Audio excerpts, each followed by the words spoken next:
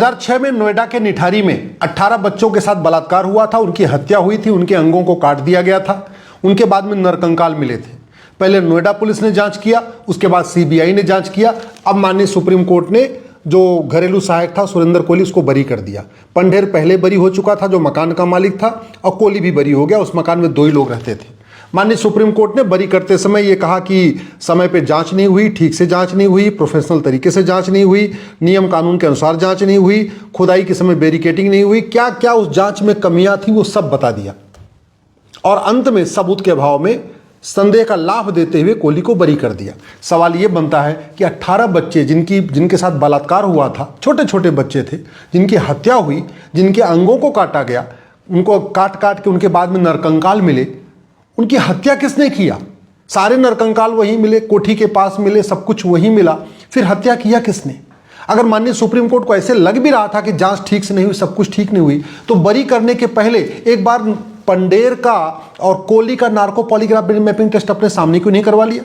Supreme court में अपने monitoring में क्यों नहीं narco polygraph brain mapping test करवा लिया? दिल्ली में करा लेते, कराने के बाद रिपोर्ट देख के बाद उसको कहते कि हाँ भैया ठीक है, सबूत के अभाव बरी हो गया। पुलिस की जांच में कमियां बताना ये सुप्रीम कोर्ट का काम है, लेकिन कमियों के आधार पे संदेह का लाभ देना भी सुप्रीम कोर्ट का काम है। लेकिन सवाल यह है कि कोहली को तो न्याय मिल गया, कोहली तो बरी हो गया, उन 18 बच्चों के माँ बाप तो तड़प रहे हैं, उन 18 बच्चों के भाई तो तड़प रहे हैं, उनके रिश्तेदार नातेदार तो तड़प रहे हैं। एक बच्ची जो मरी थी वहां पे ज्योति, उसके पिता झब्बू लाल बेचारे रो रहे। वो बता रहे थे कि ज्योति बहुत पढ़ने में अच्छी थी, डॉक्टर बनना चाहती थी, झब्बू लाल का पूरा सपना टूट गया। एक और इसमें बड़ी तकलीफ की बात है, ये जो 18 के 18 बच्चे थे गरीब थे, गरीबों की बात करने वाले इस पे मौन है। ये 18 के 18 बच्चे या तो दलित परिवार के थे या पिछड़े परिवार के थे। दलितों की बात करने वाले अंबेडकरवादी भी ये नहीं कह रहे हैं कि सुप्रीम कोर्ट ने जो किया उसका क्या समाधान क्या है, आगे से कोई ऐसे संदेह के भाव में न छूटे, उसका क्या करना है, कोई नहीं बोल रहा है। ये जो 18 बच्चे थे इसमें पिछड़े परिवार के बच्चे थे, कोई पिछड़ों की बात, पिछड़ों के रहनुमा, पिछड़ों की बात करने वाले इस पर बात नहीं कर रहे।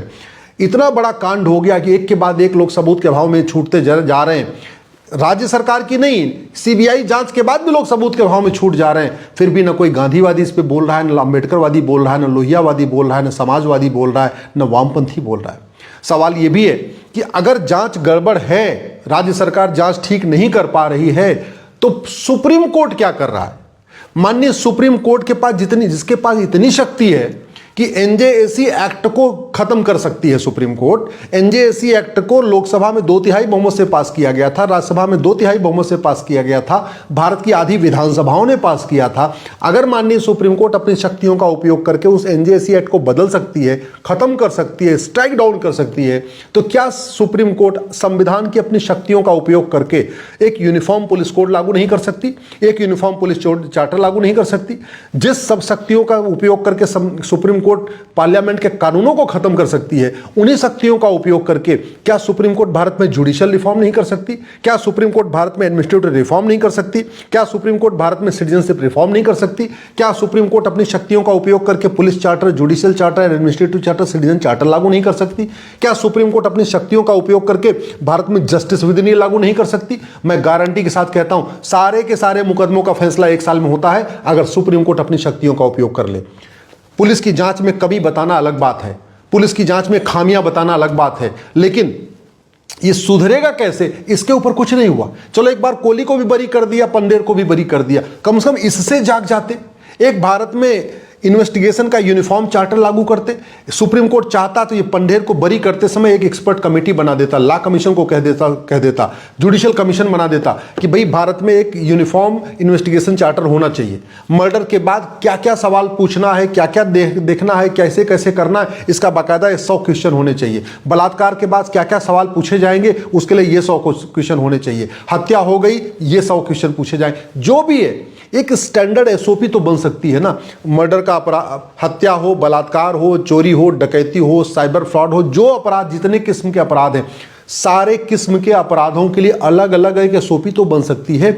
माननीय सुप्रीम कोर्ट ये बहुत अच्छा मौका था, अपनी शक्तियों का उपयोग करता, सारे राज्य सरकारों को नोटिस जारी करता, सारे हाई कोर्ट के चीफ जस्टिसेस को नोटिस जारी करता, सारे बार काउंसिल्स को नोटिस जारी करता, नोटिस जारी करके कहता भाई हमको 1 साल के अंदर न्याय करना है, देश के लोगों को 1 साल में न्याय देना है, आप लोग अपना अपना सुझाव दो।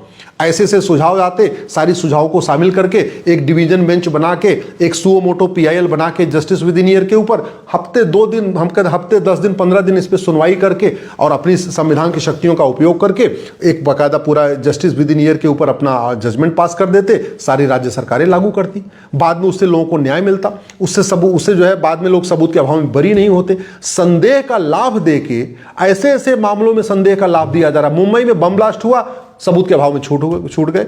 निठारी में 18 बच्चों की हत्या बलात्कार हुआ, सबूत के अभाव में छूट गए। आए दिन छूटते जा रहे हैं। और सबसे बड़ी बात, माननीय सुप्रीम कोर्ट इसको शायद कॉग्निजेंस में ले नहीं रहा है कि अगर नोएडा पुलिस जो नोएडा दिल्ली एनसीआर में है और दिल्ली एनसीआर की पुलिस सबसे अच्छी मानी जाती है, सबसे फास्ट मानी जाती है, सबसे एक्सपर्ट मानी जाती है, अगर नोएडा पुलिस ठीक से जांच नहीं कर पा रही है और निठारी में तो सीबीआई ने जांच किया जो भारत की सबसे अच्छी इन्वेस्टिगेशन एजेंसी मानी जाती है, अगर उसने ठीक से जांच नहीं किया तो इसके लिए रिस्पॉन्सिबल कौन है, इसके अकाउंटेबल कौन है? जो लोग जांच किए उनके खिलाफ क्या कार्रवाई हुई? कोई डिपार्टमेंटल इंक्वायरी हुई, कहीं कुछ हुआ? बस सबूत का अभाव में छोड़ दिया। ऐसे तो लोग पैसा ले लेके खराब जांच करते रहेंगे और लोग फिर बरी होते रहेंगे। और यही हो रहा है। ज्यादातर जो जांच में सबूत के अभाव में बरी हो रहे हैं, जो जांच गड़बड़ की जा रही है, वहां जहां मोटा पैसा मिलता है जांच खराब कर दी जाती है। वो झब्बू लाल जिसकी बेटी मरी है, वो तो पैसा पुलिस को दे नहीं सकता, भाई अच्छी तरीके जांच करो। जो 18 बच्चे मरे हैं वो किसानों के बच्चे हैं, मजदूरों के बच्चे हैं, रेडी पटरी वालों के बच्चे हैं, ठेली लगाने वालों के बच्चे हैं। जो 18 बच्चे मरे उसमें किसी का बाप धोबी का काम कर रहा था, किसी का बाप नाई का काम कर रहा था, किसी का बाप बेलदार का काम कर रहा था, किसी का बाप मिस्त्री का काम कर रहा था, किसी का बाप जो है ठेला लगा रहा था, किसी के बाप चाय बेच रहा था। उनके पास तो इतना पैसा है नहीं कि वो थानेदार को भी पैसा दें, जो जांच करने वाला अधिकारी उसको भी अच्छा पैसा दे और अच्छी तरीके जांच करवा ले। अगर जिसके घर में किसी की हत्या हो गई उसको अच्छी जांच करवाने के लिए भी अगर पैसा देना पड़ेगा तो फिर इस देश में इस भारत में संविधान किस बात का, सुप्रीम कोर्ट किस बात का, संसद किस बात का? और सबसे बड़ा जो ब्लंडर हुआ है, मैं पहले भी कह चुका हूं, सुप्रीम कोर्ट ने सबसे बड़ा ब्लंडर पास किया है वो Selvi versus state of Karnataka के फैसले में। और वो जो जजमेंट दिया है, मैं उसमें जो former chief justice of India थे बालाकृष्णन साहब, उनका जजमेंट है। मैं बालाकृष्णन साहब के बारे में ज़्यादा कुछ नहीं कहूँगा कि वो ईमानदार थे कि भ्रष्ट थे, लेकिन वो जजमेंट के कारण भ्रष्टाचारी बच रहे हैं। Selvi versus state of Karnataka, जिसमें नार्को पॉलीग्राफ ब्रेन मैपिंग को फंडामेंटल राइट का वायलेशन बताया गया है, वो जजमेंट पूरी तरीके से भ्रष्टाचारियों के काम आ रहा है, भ्रष्ट अधिकारियों के काम आ रहा है, भ्रष्ट पुलिस वालों के काम आ रहा है, अपराधियों के काम आ रहा है। उनकी कंसेंट लेनी पड़ती है नार्को पॉलीग्राफ ब्रेन मैपिंग कराने में, और वो भी चुपचाप करा सकते हैं। वो भी नहीं कहा उसकी रिकॉर्डिंग करके जज को दिखा दें, उसकी रिकॉर्डिंग करके बाकी लोगों को दिखा दें। जिसके घर में हत्या हुई उसके सामने उसका नार्को पॉलीग्राफ ब्रेन मैपिंग करें, अगर उसको भी कुछ पूछने का मन है तो वो भी अपना सवाल पूछ सके ना। 4 लोग बैठ के अगर करना भी है तो पहले कंसेंट लो, ये लो वो लो। तो भारत की जो पुलिस व्यवस्था सड़ी हुई है, इसको माननीय सुप्रीम कोर्ट अपनी शक्तियों का उपयोग करके ठीक कर सकता है। भारत की न्यायिक व्यवस्था जो सड़ी हुई है, इसको सुप्रीम कोर्ट ठीक कर सकता है। भारत का जो जुडिशियल सिस्टम करप्ट हो चुका है, जो डिस्ट्रिक्ट कोर्ट में भ्रष्टाचार व्याप्त है और ये भ्रष्टाचार हाई कोर्ट तक पहुंच चुका है, माननीय सुप्रीम कोर्ट अपनी शक्तियों का उपयोग करके इसको ठीक कर सकता है। लेकिन नहीं, ठीक नहीं हो रहा है, और इसलिए कभी आतंकवादी छूट रहे हैं, कभी बलात्कारी छूट रहे हैं, कभी हत्यारे छूट रहे हैं। और जब दिल्ली एनसीआर में सीबीआई जांच के बाद लोग छूट जाएंगे तो छत्तीसगढ़ में लोग कैसे छूटते होंगे, झारखंड में लोग कैसे छूटते होंगे, बिहार बंगाल में कैसे छूटते होंगे, उनको कितनी सजा मिलेगी? ये अच्छी तरीके से सोचने की बात है और इस पर गंभीरता के साथ विचार विमर्श करने की बात है। मैं माननीय सुप्रीम कोर्ट से आग्रह कर रहा हूं, Selvi versus state of Karnataka का जो फैसला है, जिसमें आपने नार्को पॉलीग्राफ ब्रेन मैपिंग को फंडा आर्टिकल 20 का वायलेशन बताया, वो फैसला गलत है। जब ये संविधान बना था, आर्टिकल 20 बना था, उस समय नार्को पॉलीग्राफ ब्रेन मैपिंग नाम का शब्द ही नहीं था। आर्टिकल 20 में लिखा हुआ है कि आप किसी को मार के जबरदस्ती उससे खिलाफ अपनी गवाही नहीं करवाएंगे। यहाँ पे सिंपल 2 इंजेक्शन देना होता है, और ब्रेन मैपिंग में तो इंजेक्शन भी नहीं देना है। नार्को में तो फिर भी 2 इंजेक्शन दे के सवाल पूछना है, ब्रेन मैपिंग वो भी नहीं पूछना है, पॉलीग्राफ में वो भी नहीं करना है, इंजेक्शन भी नहीं देना। फिर आप इसको अलाउ करिए।